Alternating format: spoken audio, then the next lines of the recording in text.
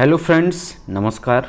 स्वागत है आप सभी का आपके अपने स्टडी प्लेटफॉर्म दी नवोदय क्लासेस में। ठीक है, और आज आपके लिए हम लेकर आए हैं साइंस के, ठीक है, साइंस के काफ़ी महत्वपूर्ण प्रश्न जो आपके लिए एएलपी और टेक्नीशियन के एग्ज़ाम में काफ़ी हेल्पफुल होंगे। ठीक, तो आप लोगों से यही उम्मीद है कि आप लोग वीडियो को अंत तक ज़रूर देखेंगे। ठीक है, वीडियो को अंत तक ज़रूर देखेंगे, साथ ही चैनल को सब्सक्राइब करना ना भूलें। ठीक है, चैनल को सब्सक्राइब करना ना भूलें। ठीक, आप लोगों के प्यार की अभी हमें नितांत आवश्यकता है। ठीक है, आप लोग जल्द से जल्द हमारा 1K कराने में हेल्प कीजिए। ठीक है, तो आप लोग चैनल को सब्सक्राइब ज़रूर करें और साथ में अपने दोस्तों को शेयर करें, अपने रिश्तेदारों को शेयर करें। ठीक है, और वीडियो यदि अच्छे लगते हैं तो लाइक भी कर दिया करें। ठीक, चलिए शुरू करते हैं और हम लेते हैं अपना आज का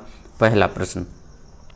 पहला प्रश्न है, डीसी मोटर की यांत्रिक दक्षता क्या होती है। ठीक है, डीसी मोटर की यांत्रिक दक्षता क्या होती है। ऑप्शन ए कह रहे हैं कि व्यापारिक दक्षता इंटू विद्युत दक्षता, बी है कि व्यापारिक दक्षता अपॉन विद्युत दक्षता, सी है विद्युत दक्षता अपॉन व्यापारिक दक्षता, और डी इनमें से कोई नहीं। ठीक है, तो जो डीसी मोटर की जो यांत्रिक दक्षता होती है वो होती है हमारी, यहाँ पर होगा ऑप्शन नंबर हमारा बी राइट। ठीक है, कौन सा होगा सही, ऑप्शन नंबर बी, व्यापारिक दक्षता अपॉन विद्युत दक्षता। ठीक है, व्यापारिक दक्षता अपॉन विद्युत दक्षता, ये हमारी क्या होती है, ये डीसी मोटर की यांत्रिक दक्षता होती है। ठीक है, चलिए अगला प्रश्न है, निम्नलिखित में से किस जोड़े की एक सी विमाएँ हैं। निम्नलिखित में से किस जोड़े की एक सी विमाएँ हैं। ठीक है, हमें बताना है कि इनमें से किसका है जो डायमेंशनल फॉर्मूला है वो कैसा है, सेम है। ऑप्शन ए कह रहा है संवेग और ऊर्जा, बी ऊर्जा और आवेग, सी बल और शक्ति, डी संवेग और आवेग। ठीक है, तो इनमें से जो हमारी विमाएँ एक सी हैं वो है राइट आंसर यहाँ पर हमारा डी। ठीक है, संवेग और आवेग। ठीक है, संवेग और आवेग की जो डायमेंशनल फॉर्मूला होता है वो कैसा होता है, सेम होता है हमारा। ठीक है, तो संवेग हमारा क्या होता है, मोमेंटम होता है P equal to M B. ठीक है, P equal to M B होता है। ठीक, तो इसकी जो हमारी हमारा ऐसा ही मात्रक क्या होगा, किलोग्राम मीटर पर सेकंड। ठीक है, किलोग्राम मीटर पर सेकंड, ये हमारा इसका ऐसा ही मात्रक होता। तो हम लोग इसका वो डायमेंशनल फार्मूला कैसे निकालेंगे, तो इसका डायमेंशनल फार्मूला किलोग्राम मतलब एम, ठीक है, एम, मीटर मतलब लेंथ हो गई अपनी एम एल, और पर सेकेंड यानी टी माइनस वन, तो ये हो गया हमारा M L T minus one. ये हो गया हमारा किसका, मोमेंटम का, यानी संवेग का जो डायमेंशनल फार्मूला है वो है M L T minus one. ठीक, इसके बाद आवेग क्या होता है, आवेग होता है हमारा संवेग में परिवर्तन। आवेग जो होगा वो होगा हमारा चेंज इन मोमेंटम, आवेग equal to change in momentum. ठीक, चेंज इन मोमेंटम, तो आवेग में परिवर्तन यानी आवेग यानी आई इज इक्वल टू हो जाएगा हमारा एफ यानी फोर्स इंटू टी। ठीक, तो फोर्स का ऐसा ही मात्रा न्यूटन पर सेकंड होता, न्यूटन पर सेकंड। ठीक, तो इसका जो डायमेंशनल फार्मूला होता है वो होता है M L T minus two. ठीक, फोर्स का क्या होता है एम एल टी माइनस, ठीक है, M L T minus two. अब इसमें एक टी का और मल्टीप्लाई करेंगे। ठीक है, तो ये क्या बन जाएगा M L T minus one, M L T minus one. तो यहाँ पर हमारा संवेग और आवेग का जो मोमेंटम होता है, जो डायमेंशनल फार्मूला होता है वो क्या होता है, सेम होता है। चलिए नेक्स्ट फिर है कि कार की बैटरी में प्रयुक्त अपघट्य होता है। ठीक है, क्या होता है, ऑप्शन ए कह रहे हैं कि आश्विक अम्ल, बी सल्फ्यूरिक अम्ल, सी हाइड्रोक्लोरिक अम्ल, और डी नाइट्रिक अम्ल। तो जो कार की बैटरी होती हैं, ठीक है, कार की बैटरी में होता है हमारा तनु सल्फ्यूरिक अम्ल होता है। ठीक है, तनु सल्फ्यूरिक अम्ल H2SO4। राइट आंसर क्या हो जाएगा हमारा H2SO4। राइट आंसर होगा हमारा यहाँ पर बी। राइट आंसर क्या होने वाला है, बी। ठीक है, चलिए अगला है कि जीवाणुओं की रोम जैसी संरचना को कहा जाता है। जीवाणुओं की जो रोम जैसी संरचना होती है वो कह रहे हैं उसको क्या कहते हैं? ऑप्शन ए फ्लैजिला, बी एट्रिक्स, सी वलोस्ट और डी है सिलेंडरी। तो जीवाणुओं की जो रोम जैसी संरचना होती है उसको हम लोग कहते हैं फ्लैजिला। ऑप्शन ए हमारा राइट आंसर हो जाएगा, ऑप्शन नंबर ए। उसको कहते हैं, क्या कहते हैं? फ्लैजिला कहते हैं। ठीक, फ्लैजिला कहते हैं। और जो जीवाणु होते हैं, जीवाणु ये प्रोकार्योटिक जीव हैं। ठीक है, इनकी सेल कैसी होती है? Prokaryotic, prokaryotic cell. ठीक है, इनकी सेल कैसी होती है? प्रोकार्योटिक सेल होती है। और ये जो हैं किसके? मोनेरा किंगडम के अंतर्गत आते हैं। किस किंगडम के अंतर्गत आते हैं? मोनेडा किंगडम के अंतर्गत। ये भी आप लोग याद रखना। ठीक है, मोनेरा किंगडम। ठीक है, मोनेरा साम्राज्य के अंतर्गत जीवाणु आते हैं। चलिए, पांचवा है कि किसी वस्तु का भार पृथ्वी की सतह पर ओमेगा न्यूटन है, उसकी भार पृथ्वी की त्रिज्या की आधी के बराबर ऊंचाई पर क्या होगा? ठीक है, ये कह रहे पृथ्वी की सतह पर ओमेगा न्यूटन है किसी वस्तु का भार, तो उसका पृथ्वी की त्रिज्या की यानी पृथ्वी की रेडियस की आधी हाइट पर। ठीक है, आधी हाइट पर हमें बताना है h हमारा r/2 पर हमें इसकी जो है वो क्या बतानी है? उसका भार हमें बताना है। ठीक, तो हमारा जो द्रव्यमान, ठीक है, भार जो है हमारा, भार का फॉर्मूला होता है कितना? W = mg। ठीक है, क्या होता है? W = mg। ठीक, तो हम मानते हैं कि जो पृथ्वी की सतह पर, ठीक है, पृथ्वी की सतह पर तो दिया है हमारा ओमेगा। ठीक है, तो हम मानते हैं कि पृथ्वी की सतह से h हाइट पर क्या होगा वस्तु का भार? Omega dash. ठीक है, h हाइट पर वस्तु का भार मान लिया हमने ओमेगा डैश। ठीक है, तो ओमेगा डैश बराबर होगा ओमेगा अपॉन, ठीक है, omega upon 1 + h upon r²। ठीक है, क्या होगा? 1 + h अपॉन r²। ठीक है, अब हमें h कितना दिया? प्रश्न से दिया h की वैल्यू दी r/2। h की वैल्यू कितनी दी? r/2 दी, तो ओमेगा अपॉन, ठीक है, क्या होगा? 1 + h की जगह पे हम लोग r/2 रखेंगे, h की जगह पर r/2 रखेंगे। ठीक, r/2 अपॉन r, इस r से r कैंसिल हो जाएगा, ये बचेगा हमारा 1 + 1/2। ठीक, और यहाँ है हमारा ऊपर ओमेगा है। ठीक है, तो ये बन जाएगा इसका स्क्वायर। फिर ये हमारा बन जाएगा ओमेगा अपॉन, इसको करेंगे तो 2 एकम 2 + 3/2, 3/2 का स्क्वायर। ठीक है, 3/2 का स्क्वायर हो जाएगा, यानी ओमेगा अपॉन 9/4। ठीक, तो ये ऊपर चला जाएगा 4। फाइनल जो आंसर निकल के आएगा हमारा वो आएगा 4 ओमेगा अपॉन 9, सी वाला, 4 ओमेगा अपॉन 9। राइट आंसर क्या हो जाएगा? राइट आंसर होगा हमारा सी। ठीक है, चलिए नेक्स्ट। फिर कह रहे हैं कि दिए गए चित्र में, ठीक है, चित्र में दिखाए गए परिपथ में धारित C1 पर आवेश, यानी ये कह रहे हैं C1 पर जो चार्ज है वो कैसा होगा? इनमें से बताना है। C1 पर जो चार्ज है वो कह रहे हैं कि C3 पर आवेश से अधिक, C3 पर आवेश से कम और C3 पर आवेश के समान और C3 पर कोई आवेश या चार्ज नहीं होगा। तो जो C1 पे जो यहाँ पे चार्ज होने वाला है वो हमारा C3 के आवेश से कैसा होगा? अधिक होगा। राइट आंसर क्या होगा? ए, C3 के आवेश से अधिक। चलिए नेक्स्ट है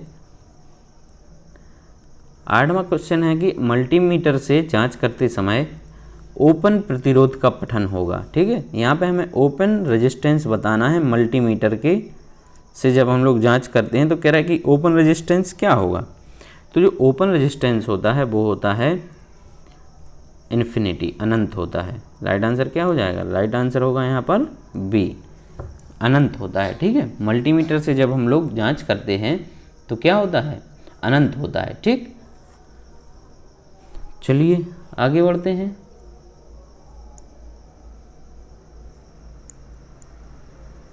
9वां प्रश्न। 9वां प्रश्न है कि 1 माइक्रोन बराबर है, 1 माइक्रोन जो है वो किसके बराबर है? कह रहे कि 0.1 mm, 0.01 mm, सी 0.001 mm और डी है 0.001 mm। तो हमारा जो 1 माइक्रोन होता है, 1 micron is equal to, 1 micron is equal to होता है 10⁻⁻6 मीटर। ठीक है, 10⁻⁻6 मीटर। अब इसको हम लोग सेंटीमीटर में बदलेंगे तो ये हो जाएगा 1 micron is equal to 10⁻⁻6, centimetre में बदलेंगे तो 10⁻2 से क्या होगा, यानी 100 से मल्टीप्लाई होगा। ठीक, तो ये बचेगा हमारा क्या, 10⁻, कितना होगा, 10⁻⁻4 हो जाएगा। ऐसे ही इसको हम लोग, जब ये हो गया सेंटीमीटर में, ये मीटर में, अब इसको mm में बदलना है तो इस ये होगा 10⁻6 इंटू 10⁻2। अब mm में बदल रहे हैं तो इसमें एक और 10 का क्या होगा, मल्टीप्लाई। ठीक, तो ये बन जाएगा हमारा 10⁻2 और 10 मिलके 10⁻3। तो इसका इसके साथ मल्टीप्लाई होगा तो ये होगा 10⁻−3, या इसको हम लिख सकते 1/1000। ठीक है, इसको दशमलव में जब हम लोग इसको लिखेंगे तो ये आएगा हमारा 0.001। ठीक है, क्या आएगा, 0.001 mm। तो राइट आंसर कौन सा निकल रहा है, राइट आंसर निकल रहा हमारा यहाँ पर डी। राइट आंसर क्या निकल रहा, ये निकला यहाँ पे डी। ठीक, राइट आंसर क्या हो गया, डी हो गया। चलिए नेक्स्ट, 10वां प्रश्न है कि एक बल का परिमाण, ठीक है, एक बल का जो परिणाम है वो है 10 न्यूटन। यह एक पिंड पर कार्य करता है जिसका एक भाग बद्ध यानी फिक्स है। ठीक, एक भाग इसका क्या है, फिक्स है। फिक्स बिंदु से बल की दूरी 4 मीटर है। बल का आघूर्ण कितना है। ठीक है, अच्छा, बल आघूर्ण मतलब बल का आघूर्ण, बल आघूर्ण को इंग्लिश में हम लोग कहते हैं टॉर्क। ठीक, टॉर्क एक्चुअली क्या होता है, टॉर्क जो है वो है किसी बल द्वारा किसी वस्तु को किसी अक्ष के परितः घुमाने की जो टेंडेंसी है। ठीक है, हम किसी वस्तु को, ठीक है, मान लीजिए किसी वस्तु यहाँ पर फिक्स है, ठीक, उसको किसी अक्ष के परितः क्या करें, उसको रोटेट करें, ठीक, घुमाएं। ठीक है, ये है हमारी, तो किसी अक्ष के परितः इसको हम लोग घुमाएंगे। ठीक, तो हमें इस पर एक कोई फोर्स अप्लाई करना पड़ेगा। ठीक है, क्या करना पड़ेगा, एक फोर्स अप्लाई करना पड़ेगा इसके, इस अक्ष के परितः घुमाने के लिए। ठीक है, अच्छा, घुमाने के लिए क्या करना है, एक फोर्स अप्लाई करेंगे। तो उस फोर्स, उस टेंडेंसी को हम लोग क्या कहते हैं, बल आघूर्ण। अब जो बल है वो इस अक्ष से किसी दूरी पर लगता होगा। ठीक है, किसी डिस्टेंस पर लग रहा है। ठीक, तो ये दूरी दे दी इन्होंने 4 मीटर। ठीक, 4 मीटर दूरी से। ठीक, और जो उसका परिमाण दिया है, परिणाम दिया है वो 10 न्यूटन है। ठीक है, कितना दिया है, 10। अच्छा, ये जो फोर्स है वो कैसा रहता है, लंबवत लगता है। ठीक है, लंबवत लगता है।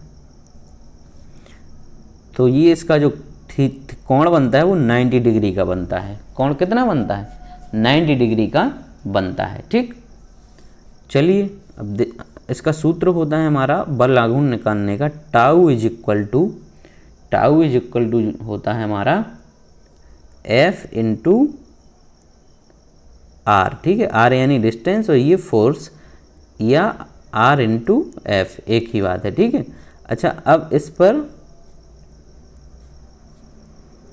परिमाण दिया है। ठीक है, तो अब इसको हम लोग सॉल्व करेंगे आगे। तो आर हमें कितना दिया है, आर दिया है, बल आघूर्ण निकालना है तो F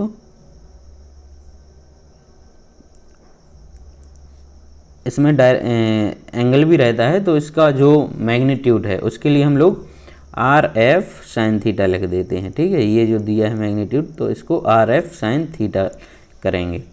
R F sine theta. तो आर की वैल्यू दी गई है हमारी, यानी आर डिस्टेंस दिया है 4, एफ दिया है 10 न्यूटन, ठीक है। साइन थीटा यानी साइन 90 हो जाएगा, ये साइन 90 डिग्री, ठीक। साइन क्या होगा, साइन 90 डिग्री, ठीक। तो साइन 90 की वैल्यू क्या होती है, साइन 90 की वैल्यू हो जाएगी 1। तो 4 × 10 × 1 यानी 40 न्यूटन, ठीक है। क्या आ जाएगा, 40 न्यूटन मीटर। राइट आंसर हो जाएगा यहाँ पे हमारा सी, 40 न्यूटन मीटर। चलिए नेक्स्ट। फिर कह रहे हैं कि एक समान त्वरण पर गति के समीकरण में कौन सा समीकरण सही है। एक समान त्वरण पर, ठीक है, कैसा, समान एक्सीलरेशन पर गति के त्वरण, एक समान त्वरण पर गति के समीकरण में कौन सा समीकरण सही है। तो हमारा जो न्यूटन के 3 लॉ हैं उनमें से जो पहला लॉ है, ठीक है, एवरी जो वो हमारा न्यूटन है वो लॉ ऑफ इनर्शिया वाला, ठीक है। फर्स्ट लॉ ऑफ न्यूटन है कौन सा, लॉ ऑफ इनर्शिया वाला। तो उसी का जो हमारा पहला सूत्र है वो है v is equal to u minus v is equal to u plus A T, v is equal to u plus A T है। राइट आंसर यहाँ पर हमारा क्या हो जाएगा, v हो जाएगा, ठीक है। राइट आंसर b, ठीक। जहाँ पर u जो होता है ये होती है हमारी इनिशियल वेलोसिटी, ठीक है, इनिशियल वेलोसिटी यानी प्रारंभिक वेग, और जो v होता है वो फाइनल वेलोसिटी, वो होती है हमारी कौन सी, फाइनल वेलोसिटी यानी अंतिम वेग, ठीक। और a है जो एक्सीलरेशन, और t होता है a एक्सीलरेशन, t हमारा टाइम। a क्या होता है, एक्सीलरेशन, और b t टाइम। चलिए नेक्स्ट है, 4 डिग्री सेल्सियस पर विशुद्ध जल का घनत्व होता है। 4 डिग्री सेल्सियस पर विशुद्ध जल का घनत्व है जो कह रहे हैं वो क्या होगा। ऑप्शन ए कह रहे हैं कि 1000 kilogram metre square, B 1000 kilogram metre cube, और 1000 ग्राम मीटर क्यूब, और सी 1000 ग्राम सेंटीमीटर स्क्वायर, ठीक है, पर सेंटीमीटर स्क्वायर। तो हमारा जो 4 डिग्री सेल्सियस पर जल का जो घनत्व होता है कैसा होता है, सबसे अधिकतम होता है। ये क्वेश्चन कई बार पूछा गया है कि 4 डिग्री सेल्सियस पर जल का जो घनत्व है क्या होता है, घनत्व सबसे अधिक होता है, सबसे अधिक होगा, ठीक। तो ये होता है हमारा इस पर, इसमें जो राइट आंसर होगा वो होगा बी, 1000 किलोग्राम पर मीटर क्यूब, 1000 किलोग्राम पर मीटर क्यूब। और ये जो है 4 डिग्री सेल्सियस पर सबसे अधिक होता है, ठीक है। अच्छा, अब इसमें आप 1-2 पॉइंट और हैं वो भी जान लीजिए कि 0 डिग्री से 4 डिग्री सेल्सियस तक, 0 डिग्री सेल्सियस से 4 डिग्री सेल्सियस तक, ठीक है, जब हम गर्म करते हैं जल को, गर्म करने पर आयतन क्या होगा, जो इसका आयतन है वो क्या है, घटेगा, ठीक है, आयतन घटता है। 0 डिग्री सेल्सियस से जब 4 डिग्री सेल्सियस तक जो जल है वो गर्म करते हैं तो क्या होता है, आयतन घटता है, और 4 डिग्री सेल्सियस पर सबसे अधिक होता है, ठीक है। फिर है जब 4 डिग्री सेल्सियस से ऊपर जब जाते हैं, 4 डिग्री सेल्सियस पर घनत्व सबसे अधिक होता है, और 4 डिग्री सेल्सियस से जब ऊपर जाएंगे,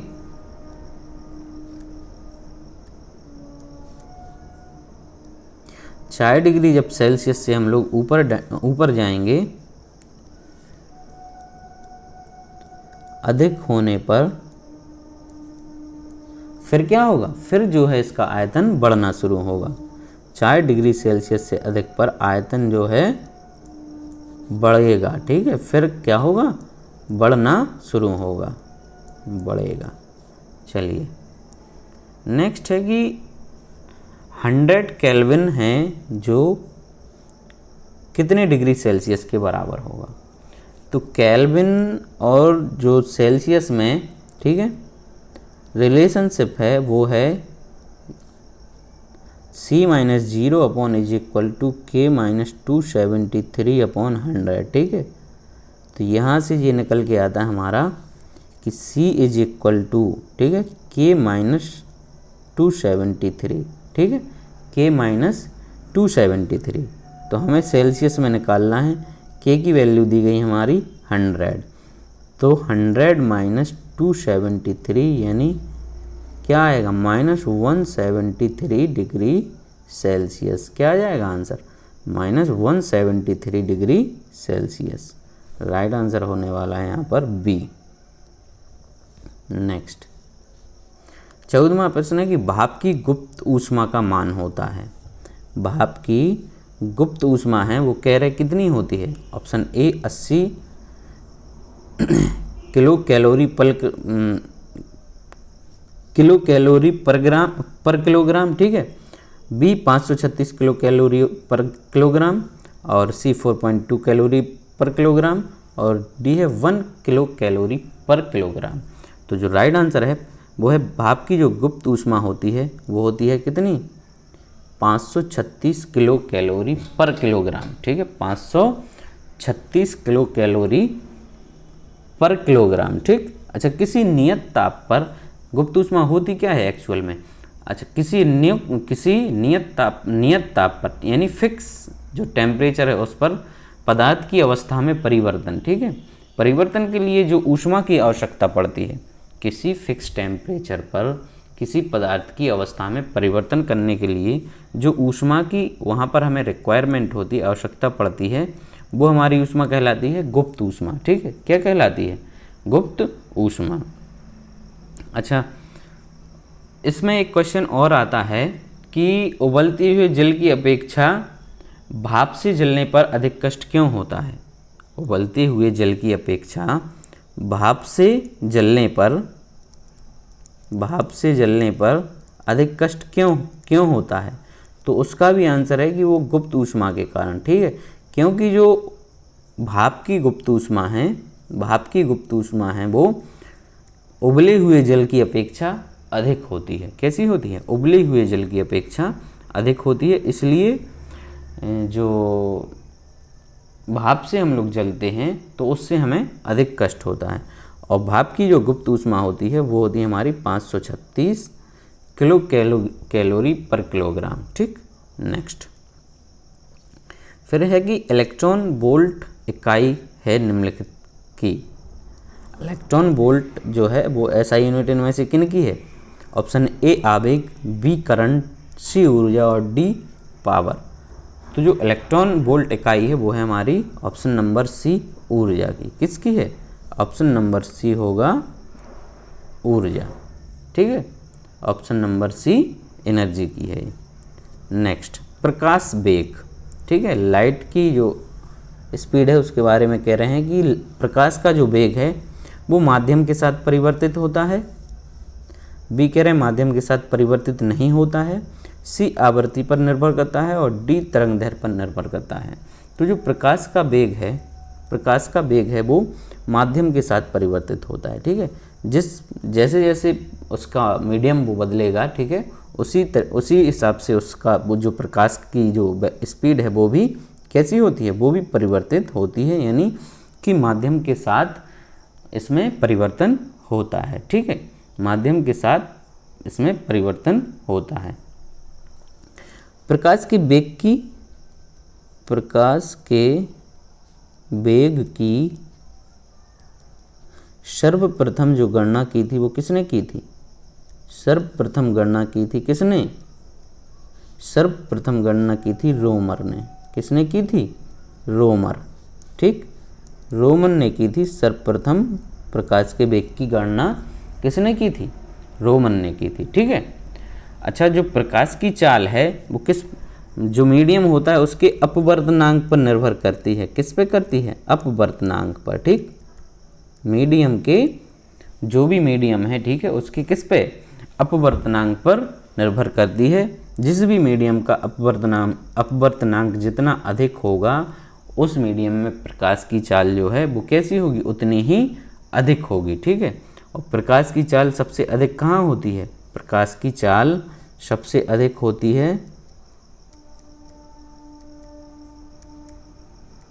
वायु में और निर्वात में, ठीक है, वायु और निर्वात में, ठीक, वायु और निर्वात में प्रकाश की चाल सबसे अधिक होती है। चलिए 7वां क्वेश्चन है कि चुंबकीय ध्रुव हैं। चुंबकीय ध्रुव कौन कौन से होते हैं? मैग्नेटिक पोल, मैग्नेटिक पोल, ठीक। तो चुंबकीय ध्रुव होते हैं 2, नॉर्थ पोल और साउथ पोल, ठीक। नॉर्थ और साउथ पोल होते हैं, ठीक है। चुंबकीय ध्रुव 2 होते हैं। ऑप्शन हो जाएगा सी, दोनों उत्तरी और दक्षिणी ध्रुव होते हैं, ठीक। उत्तरी ध्रुव और दक्षिणी ध्रुव होते हैं, ठीक।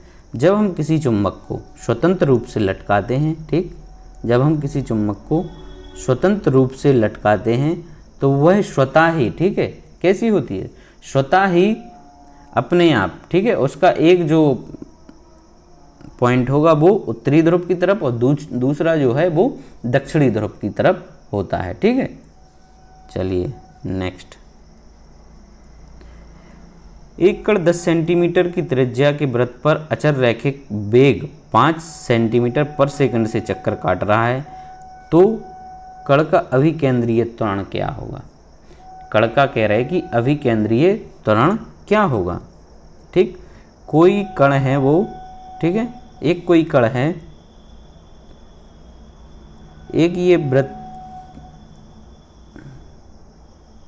ठीक, एक कण है वो 10 सेंटीमीटर की त्रिज्या के वृत्त पर अचर रैखिक वेग, ठीक है, इसकी जो रेडियस दी गई है वो है हमारी कितनी? 10 सेंटीमीटर। ये इस पर क्या है? घूम रहा है, ठीक। वेग आर है जो 10 सेंटीमीटर। स्पीड दी गई है इसकी घूमने की, वो है 5 सेंटीमीटर पर सेकंड, ठीक है। 5 सेंटीमीटर जा रहा है 1 सेकंड में। तो इसका अभिकेंद्रीय त्वरण क्या होगा? तो अभिकेंद्रीय त्वरण यानी A इज इक्वल टू होता है v² r। क्या होता है? v²/r, ठीक। तो v की वैल्यू दी गई है यहाँ पर वेग 5 का स्क्वायर और रेडियस दी गई है 10, यानी 25/10 2.5, ठीक है, 2.5 सेंटीमीटर पर सेकंड, ठीक है। राइट आंसर क्या हो जाएगा? बी, 2.5 सेंटीमीटर पर सेकंड। ओके, चलिए नेक्स्ट 19वां है कि -40 डिग्री सेंटीग्रेड पर 40 डिग्री सेल्सियस निम्नलिखित के समान है, ठीक है। तो ये होगा हमारा जो डिग्री सेल्सियस होता है और फ़ारेनहाइट में एक संबंध होता है। क्या होता है? C/5 जो है वो होता है हमारा F-32/9। ये एक इनके बीच का संबंध होता है। C/5 is equal to F-32/9, ठीक। C की वैल्यू दी गई यहाँ पे -40 degree Celsius upon 5 is equal to F-32/9, ठीक। इसको काटेंगे तो ये 8 बार कट जाएगा माइनस, यानी F-32 इज इक्वल टू क्या आ गया? F-32 इज इक्वल टू -72, ठीक। F इज इक्वल टू होगा -72 + 32, तो F इज इक्वल टू आ जाएगा हमारा -40 डिग्री फ़ारेनहाइट। क्या आ जाएगा? -40 डिग्री फ़ारेनहाइट। राइट आंसर हो जाएगा सी। क्या होगा? राइट आंसर होगा सी। चलिए नेक्स्ट क्वेश्चन है कि बाहरी व्यास की संकेंद्रीयता निम्नलिखित द्वारा जांची जा सकती है, ठीक। बाहरी व्यास की जो संकेंद्रीयता है वो किसके द्वारा नापी जाती है? ठीक है, बाहरी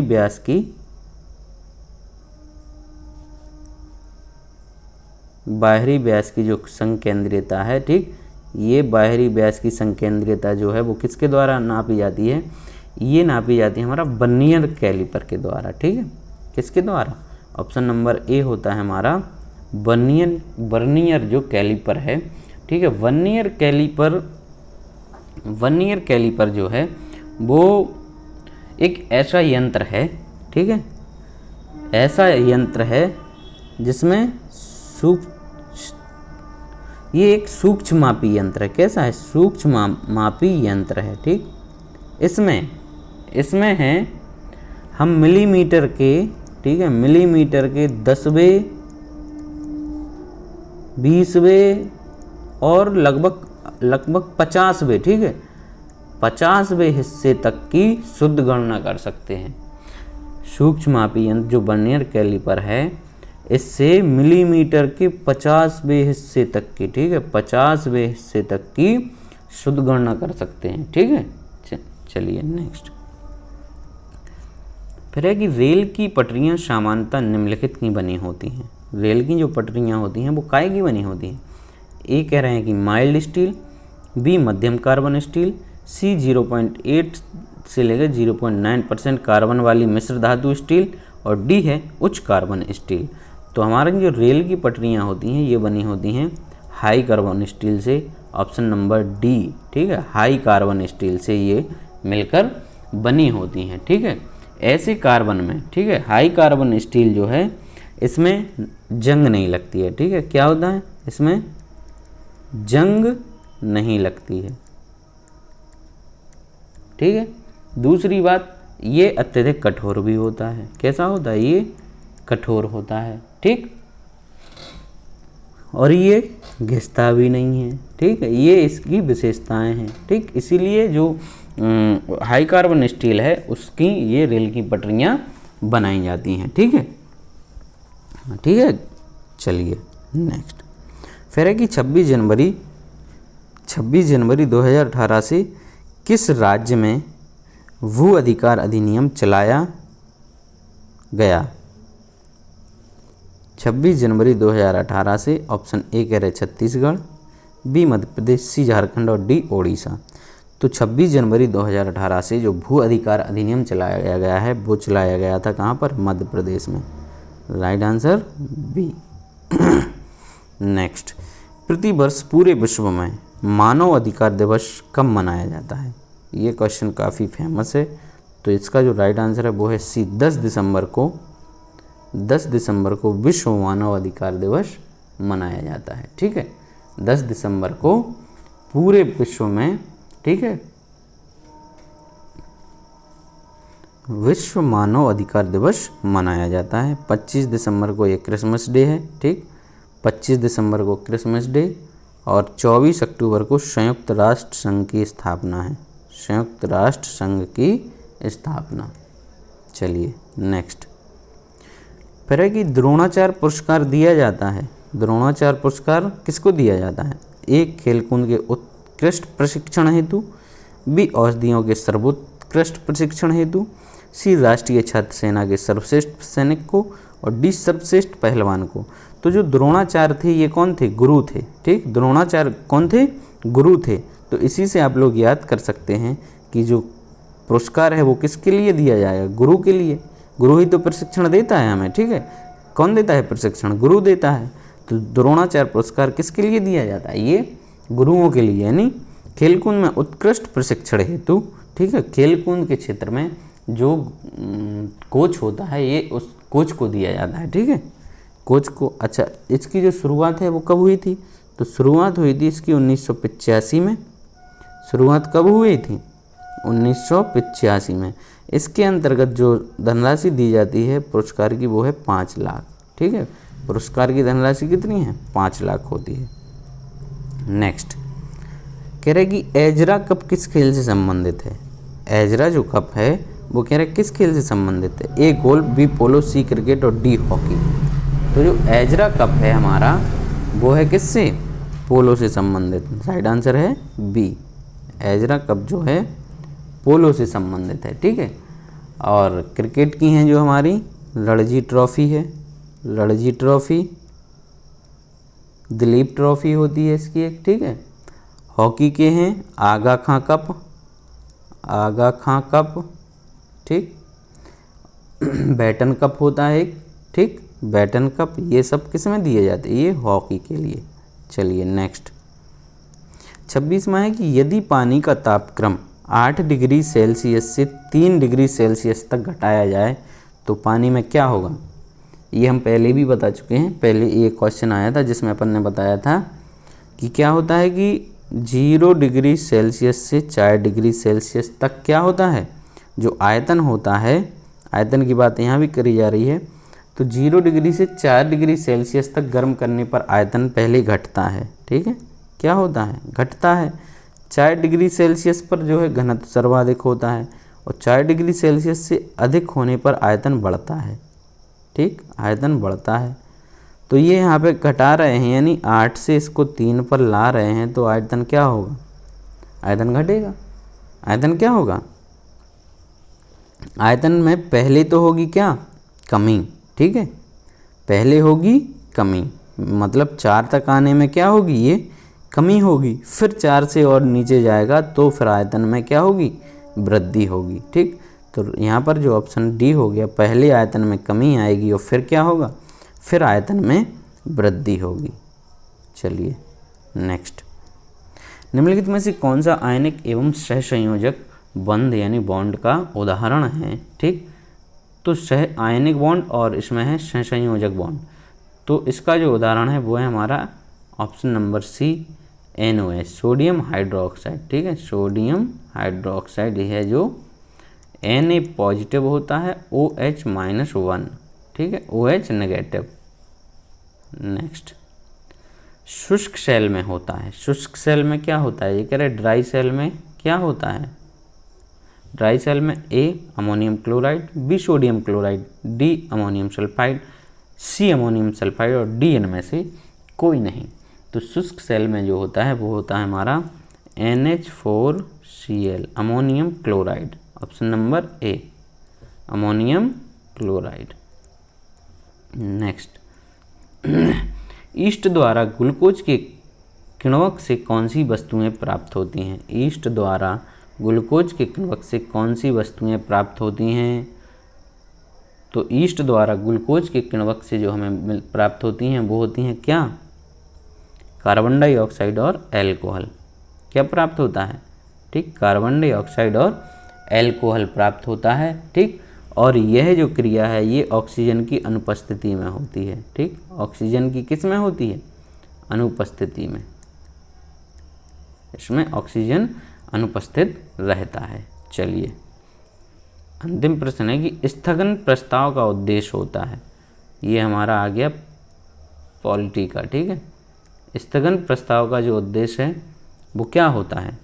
ऑप्शन ए कह रहे बजट में कटौती का सुझाव देना, बी किसी प्रस्ताव पर सदन को स्वीकृति चाहना, सी सदन का ध्यान अत्यावश्यक लोक महत्व के मामले पर आकर्षित करना, किसी सरकारी विधेयक को प्रस्तुत करने के लिए सदन की अनुमति चाहना। तो राइट आंसर होगा सदन का ध्यान अत्यावश्यक लोक महत्व के मामले पर आकर्षित करना। ठीक है, और जो स्थगन प्रस्ताव है, ठीक है, स्थगन प्रस्ताव को लाने के लिए कम से कम, ठीक है, मिनिमम जो है, मिनिमम 50 सदस्यों की आवश्यकता, इसमें 50 सदस्यों की जो स्वीकृति है उसकी आवश्यकता इसमें पड़ती है। ठीक है, 50 सदस्यों की स्वीकृति की आवश्यकता इसमें पड़ती है। ठीक, तो आई होप कि आपको वीडियो अच्छा लगा होगा। यदि अच्छा लगा हो तो लाइक करें और चैनल को सब्सक्राइब करना ना भूलें। Thank you.